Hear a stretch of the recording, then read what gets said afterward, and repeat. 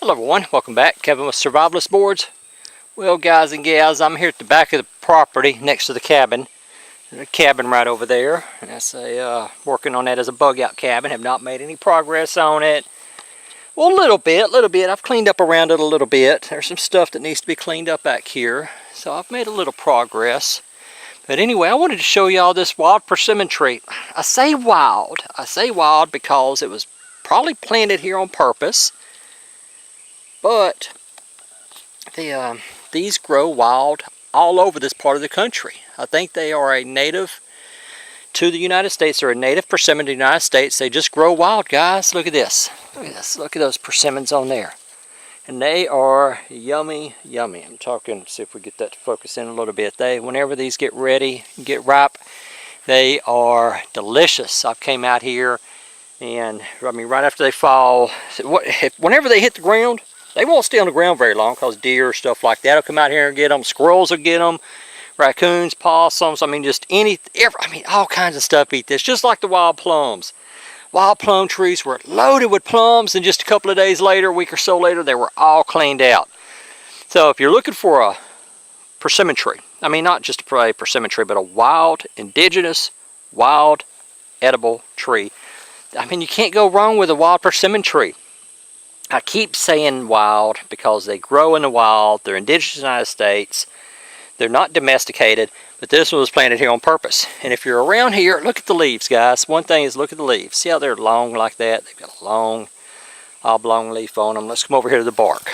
Woodpeckers have been going through here around this tree. See the woodpecker right through there. And this bark has just got a very deep bark to it. It's not like almost comparable to a sweet gum tree, not like a pin oak or a red oak. I mean, it's just got a very unique bark to it. And I need to get here and clear out around here. While I'm back here working one day, come in here, cut that cherry laurel down. These are not edible. This is a cherry laurel. They're not edible. They have arsenic in them. Wildlife, a lot of times, won't even eat it. They're mostly just for flowers, stuff like that, ornamental type of stuff. It's an evergreen. Anyway, let's get back to these persimmons. These will ripen towards the end of the year. Say, I think around October or so. Towards the end of the summer, they will turn an orange. I mean, they'll turn orange color just like a persimmon. They'll be a little bit smaller than a store-bought persimmon. Maybe say 1.5 inches across or so. Not real big, but they are delicious. I mean, absolutely delicious. And this tree is loaded with them. Let's see if I can get in there and zoom up there a little bit. Get this camera to focus in maybe. I mean, it is just loaded with persimmons.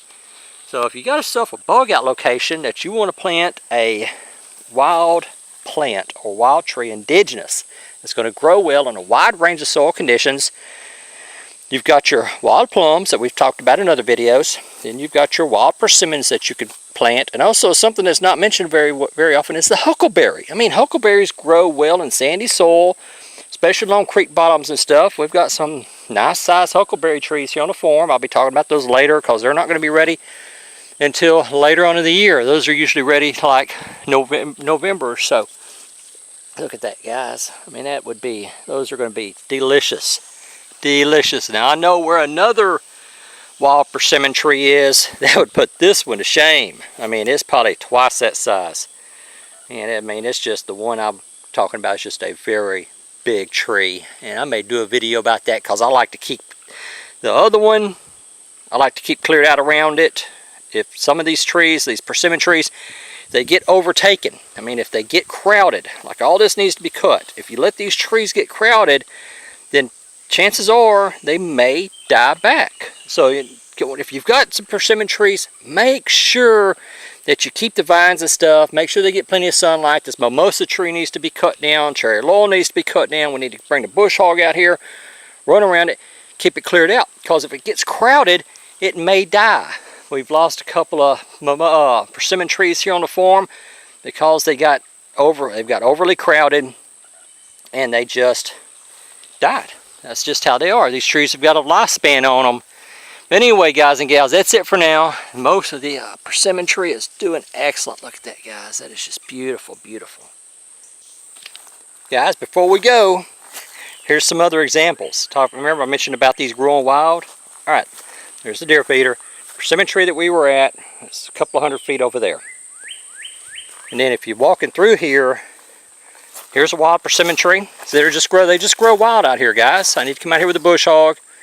See, it's got those nice long leaves on them. That's a persimmon tree. I'm going to come around here with that bush hog and clear out around it. And then come over here. Persimmon tree. Wild persimmon tree.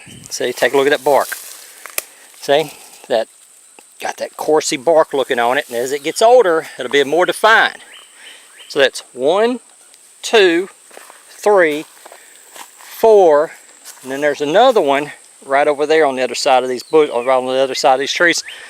So now that's one big one. That's 1, 2, 3, 4, 5 wild persimmon trees just right here. And that's what I was talking about.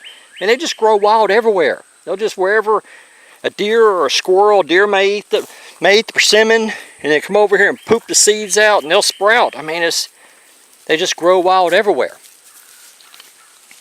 All right, that's it for now. I'm serious this time. I'm really serious. Guys, I don't guess we're done. Here's another one. Another persimmon tree, sweet gum.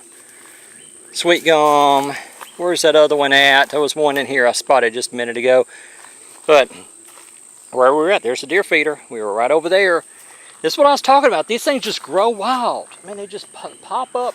Oh, here we are. This one here's going to be a nice one. I need to get in here with a bush hog. Clear out around this one. Make sure it doesn't get crowded.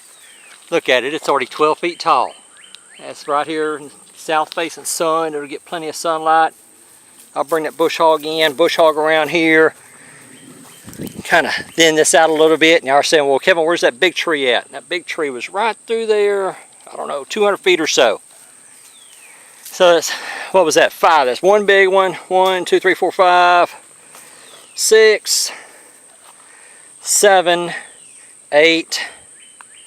I think there was one over here. 8. So all you gotta do is just find them, guys. Just take care of them. Just take care of them, and they'll do good. That's one thing about these wild trees like that. They do good in a variety of soils. They're not domesticated.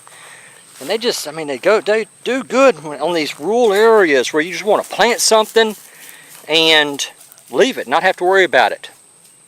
What do you think, guys? That's some more? So you got them long leaves. All right, anyway, that's it for now. I'm serious this time. That's it. I'll talk to y'all later.